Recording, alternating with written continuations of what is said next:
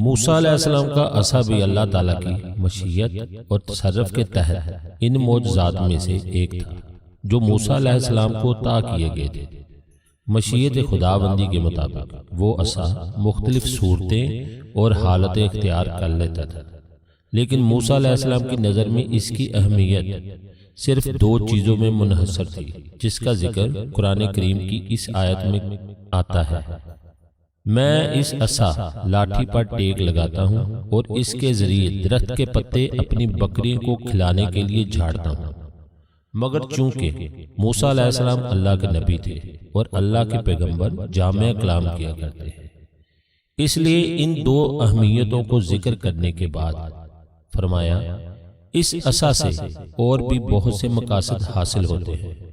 علماء نے موسیٰ علیہ السلام کے عصا کے متعدد نام ذکر کیے ہیں۔ بعض کہتے ہیں موسیٰ کے عصا کا نام ماسا تھا، بعض کہتے ہیں کہ اس کا نام نفعتا اور غیاس تھا، جبکہ بعض علماء اس کا نام علیق بتاتے ہیں۔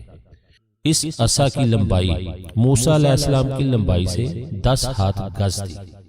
موسیٰ علیہ السلام کے اس عصا کے متعلق بہت سی حکایتیں منقول ہیں۔ مورخین اور سیرت نگاروں نے ان کو ذکر کیا ہے، جیسے ایک حکایت یہ ذکر کی جاتی ہے کہ موسیٰ علیہ السلام کے عصا کے 2 حصے تھے، جن کے نیچے خمدار ڈنڈا لگا ہوا تھا اور اس کے نیچے لوہے کے 2 دانت تھے۔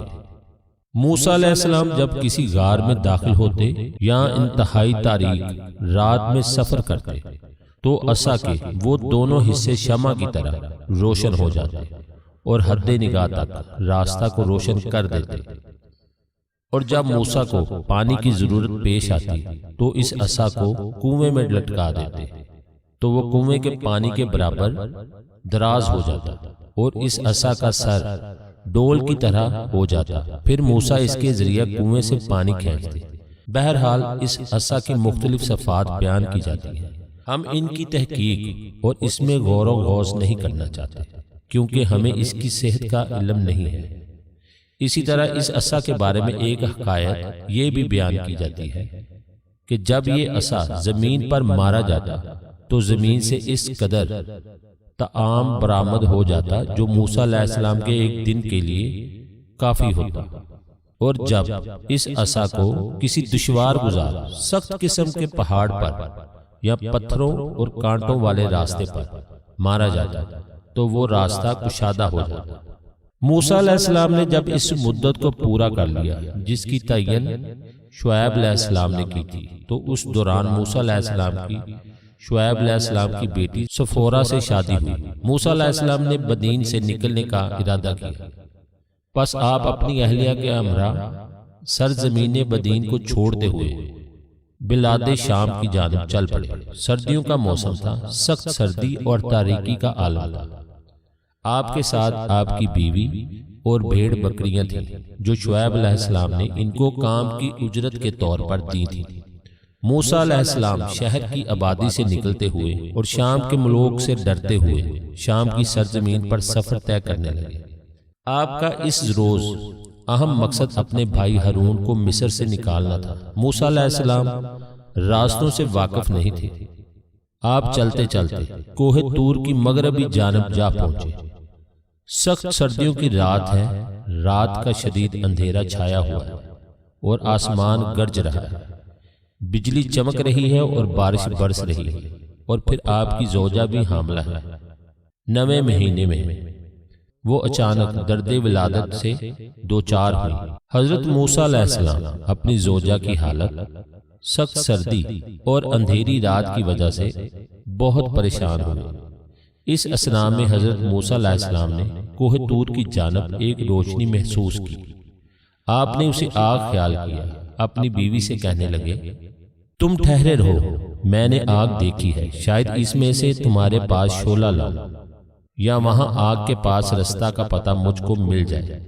موسیٰ علیہ السلام چاہتے تھے کہ انہیں کوئی راستہ بتانے والا مل جائے، لیکن جب وہ اس آگ کے قریب پہنچے تو وہاں ایک عظیم نور دیکھا جو آسمان سے لے کر اس درخت تک پھیلا ہوا تھا جو اس جگہ موجود تھا۔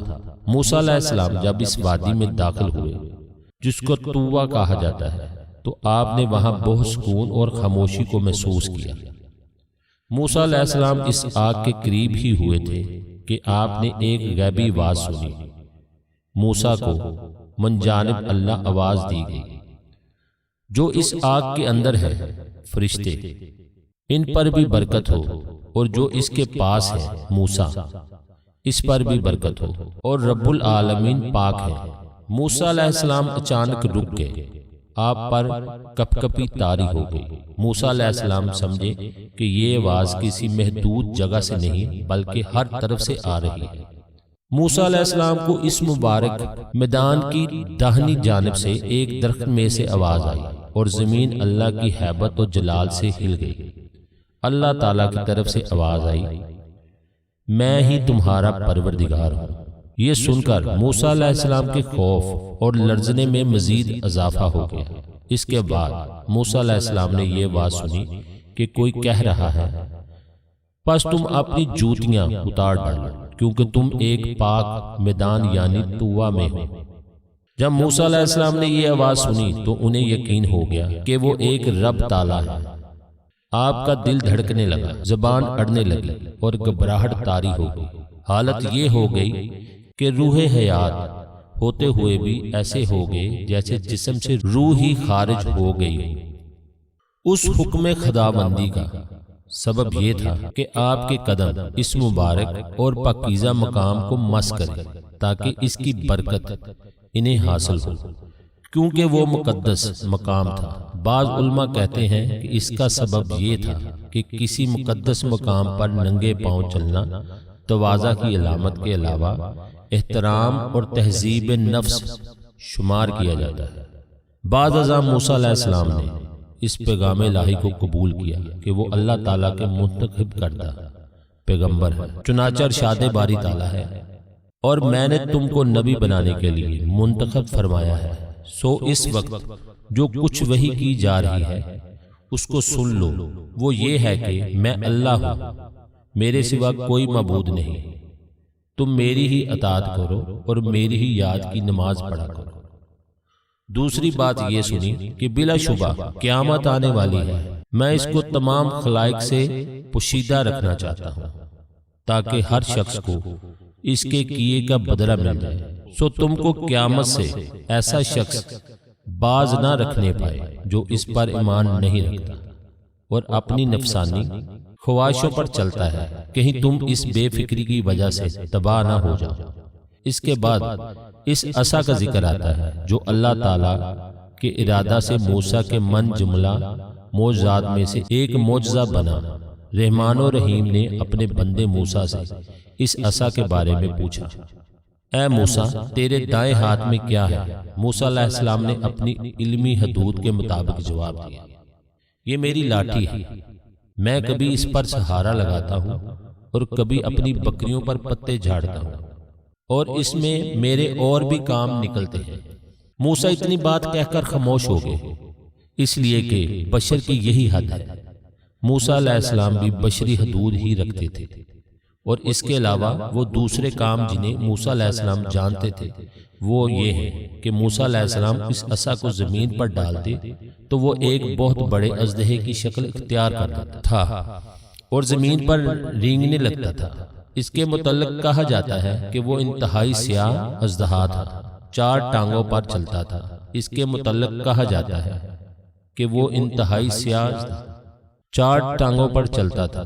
اس کے 2 حصے ایک کھلے ہوئے منہ کی صورت اختیار کر لیتے تھے، اور اس کے منہ میں 12 دانت تھے جس سے آگ کے شعلہ کی طرح آواز آتی، اور خمدہ ڈنڈا اس کے لیے کلگی کے طور پر بن جاتا تھا جس سے آگ کی طرح شعلے نکلتے، اور اس کی آنکھیں بجلی کی طرح چمکتی تھی، اور اس کا وصف یہ تھا کہ وہ اژدہے کی طرح عظیم، سانپ کی طرح لطیف اور نرم تھا۔ قرآن کریم میں اللہ تعالیٰ ایک مقام پر خود اسی طرح فرماتے ہیں، یعنی وہ عصا اچانک ایک بڑا اژدہا بن گیا۔ ایک جگہ فرمایا یعنی گویا کہ وہ سانپ ہے، اور ایک مقام پر فرمایا یعنی وہ دوڑتا ہوا سانپ بن گیا۔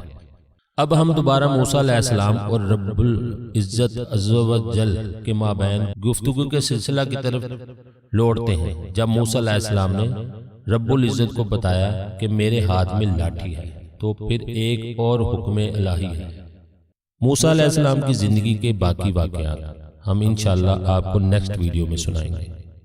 اگر آپ ہمارے چینل پر نئے ہیں تو برائے مہربانی ہمارے چینل کو سبسکرائب کریں اور دوستوں کے ساتھ شیئر کریں، اور اگر آپ کو ہماری ویڈیو پسند آتی ہے تو ایک لائک ضرور کریں۔ جزاک اللہ خیر۔